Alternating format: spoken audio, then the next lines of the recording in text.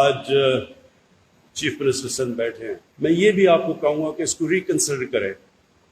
جو ہم یہ بنڈل آئیلینڈ کا پروجیکٹ ہے، اس سے سارا فائدہ سندھ کو ہے، پروفٹ سندھ کو ہے، نوکریاں سندھ کو ملے گی. کراچی کے اوپر سے پریشر اترے گا، کیونکہ کراچی اگر اسی طرح پھیلتا گیا تو بہت مشکل ہے اتنے زیادہ کراچی کو ساری یوٹیلیٹیز پرووائڈ کرنی. جتنا جتنا شہر پھیلتا جائے گا اتنا اتنا مشکل ہوتا جاتا ہے. اگر آپ نیو یارک کو بھی دیکھ لیں تو وہ جب اسپیس جب پھیل نہیں سکتا تو اوپر جاتا ہے شہر. تو ہمیں ایک بہت ضروریت ہے، جس طرح ہم نے لاہور کو بچانے کے لیے کیا. راوی سٹی جو لاہور کی بن رہی ہے وہ لاہور کو بچانے کے لیے ہے، کیونکہ لاہور بھی پھیلتا جا رہا ہے اور پریشر اس کے اوپر اتنا، کیونکہ آبادی بڑھ رہی ہے، ہماری شہروں پہ اتنا پریشر ہے کہ ابھی سے ہم نے آگے پلاننگ نہ کی تو شہر یہ انسسٹینیبل ہو جائیں گے.